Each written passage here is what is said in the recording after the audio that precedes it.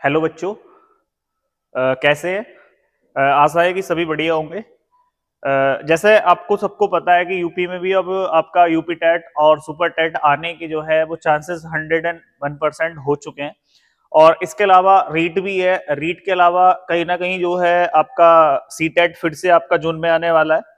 और उसके अलावा कहीं ना कहीं आपका उत्तराखंड टेट भी आने वाला है। तो सभी को देखते हुए ना तो एक बड़ा इम्पोर्टेंस जो है एक आपका सिलेबस में दिया हुआ होता है जिसे हम साइकोलॉजी के नाम से जानते हैं, जिसे हिंदी में हम मनोविज्ञान भी कहते हैं। और हिंदी में हम इसे मनोविज्ञान और इंग्लिश में इसे हम साइकोलॉजी के नाम से जानते हैं। हालांकि इसे आपका सीडीपी भी कहा जाता है, चाइल्ड डेवलपमेंट पेडोलॉजी। तो इसके अंदर जैसे मान लो मैंने अभी आपको वाइगोत्स्की के बारे में पढ़ाया, मैंने आपको जीन पियाजे के बारे में पढ़ाया, मैंने आपको कोहलबर्ग के बारे में पढ़ाया। जैसे जीन पियाजे ने संज्ञानात्मक विकास का सिद्धांत दिया है, कोहलबर्ग ने नैतिक विकास का सिद्धांत दिया है, वाइगोत्स्की ने जो है वो सामाजिक सांस्कृतिक विकास का सिद्धांत दिया है। तो ऐसे ही एक मनोवैज्ञानिक हुआ है जिसका नाम होता है जेरोम ब्रूनर। हालांकि शॉर्ट में इसे हम ब्रूनर भी कह देते हैं, लेकिन इसका अगर हम फुल नाम देखें तो इसे जेरोम ब्रूनर के नाम से जाना जाता है। और ये एक अमेरिकी मनोवैज्ञानिक है। अमेरिकी मनोवैज्ञानिक है, अमेरिका का रहने वाला अमेरिकी विचारक है। जैसे आपको पता है कि जीन पियाजे भी एक रचनावादी मनोवैज्ञानिक है, तो देखा जाए तो कहीं ना कहीं ये भी जीन पियाजे की तरह ही क्या है, जीन पियाजे की तरह जो है आपका ये रचनावादी मनोवैज्ञानिक है। कैसा मनोवैज्ञानिक है बेटा? रचनावादी मनोवैज्ञानिक है। ठीक है। अब जेरोम ब्रूनर ने कहा क्या है, तो जेरोम ब्रूनर ने एक शब्द दिया है अन्वेषणात्मक। क्या दिया है? अन्वेषणात्मक।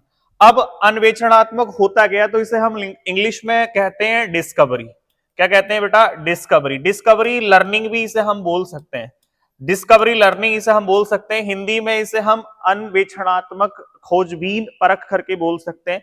इंग्लिश में इसे हम डिस्कवरी लर्निंग कहते हैं। अब डिस्कवरी लर्निंग यानी अन्वेषणात्मक होता क्या है, तो ब्रूनर ने इसमें यह बताया है कि जो बच्चा होता है वो खोजबीन पर जो है आधारित होता है।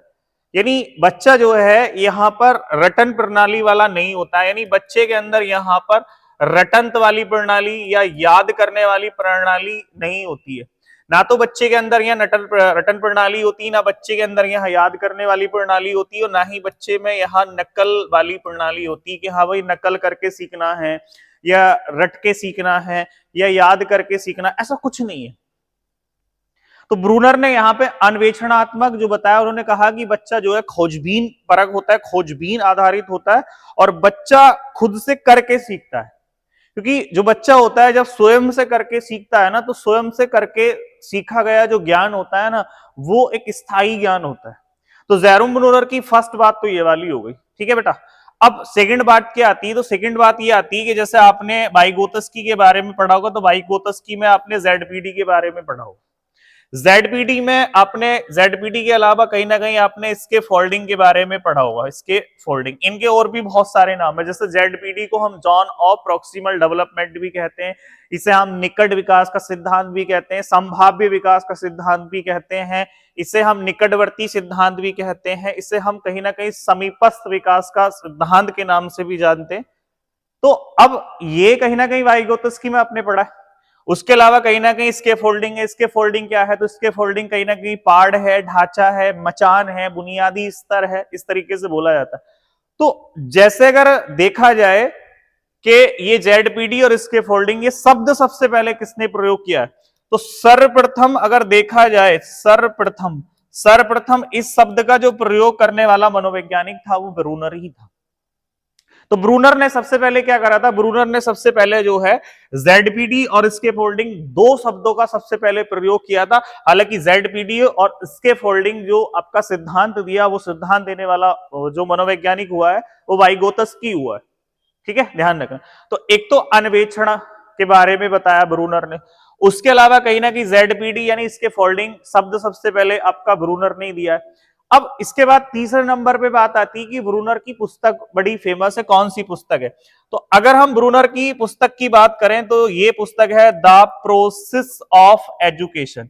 द प्रोसेस ऑफ एजुकेशन बड़ी इंपॉर्टेंट बुक है। तो द प्रोसेस ऑफ एजुकेशन जो है ये जेरोम ब्रूनर की एक प्रमुख पुस्तक है, जिसमें इन्होंने अपने सिद्धांत के बारे में बताया। तो पहली बात अन्वेषण, दूसरी बात ZPD इसके फोल्डिंग, तीसरी बात इसकी पुस्तक हो गई द प्रोसेस ऑफ आपका एजुकेशन। अब 4 नंबर पे क्या आता है? 4 नंबर पे यह आता है कि जैसे जीन पियाजे ने संज्ञानात्मक विकास का सिद्धांत दिया है, वैसे ही कहीं ना कहीं संज्ञानात्मक विकास का जो सिद्धांत दिया है वो ब्रूनर ने भी दिया है।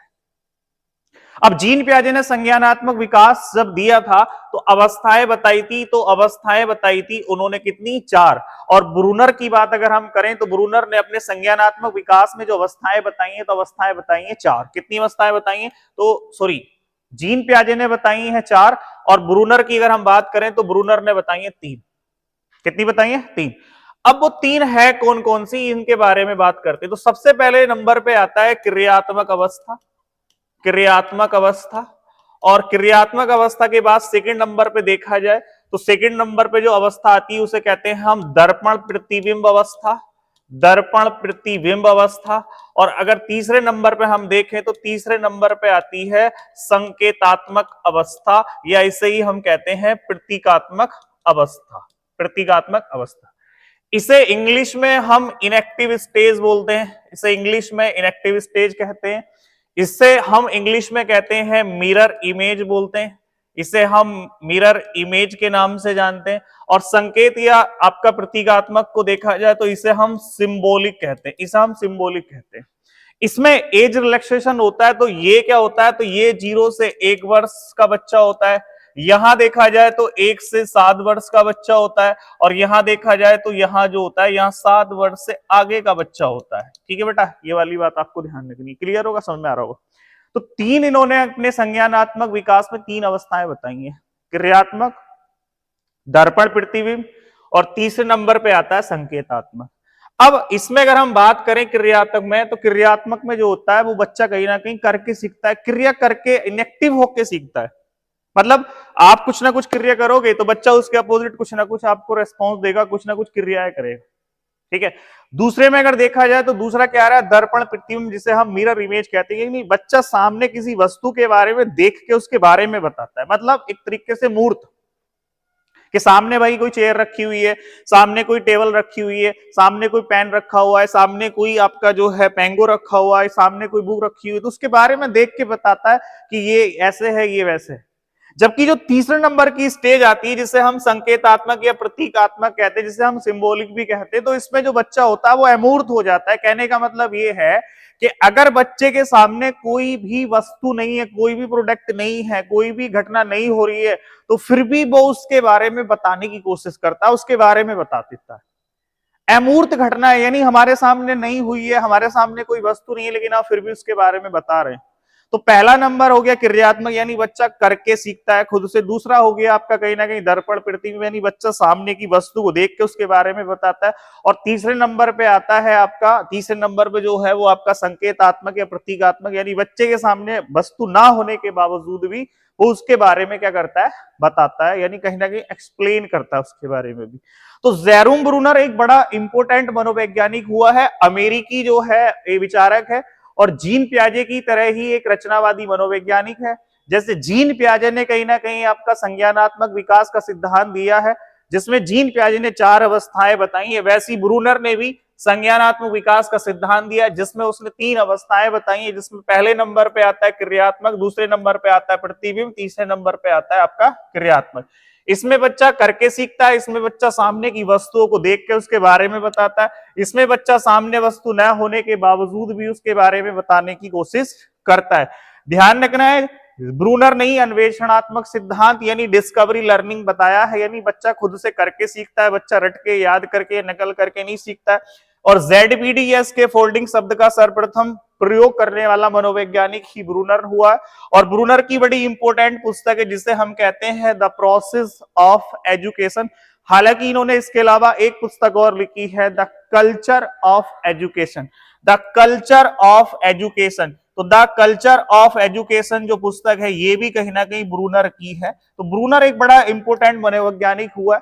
सी टेट में यहां से क्वेश्चन पूछा जाता है, रीट में यहां से क्वेश्चन पूछा जाता है, यूपी टेट में यहां से क्वेश्चन पूछा जाता है, उत्तराखंड टेट में यहां से क्वेश्चन पूछा जाता है।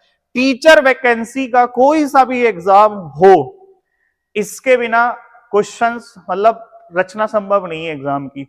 ये हुआ, जीन पियाजे हुआ, कोहलबर्ग हुआ, बाइगोत्स्की हुआ, चॉमस्की हुआ, हार्वर्ड गार्टनर हुआ, बहुत ही इंपॉर्टेंट है।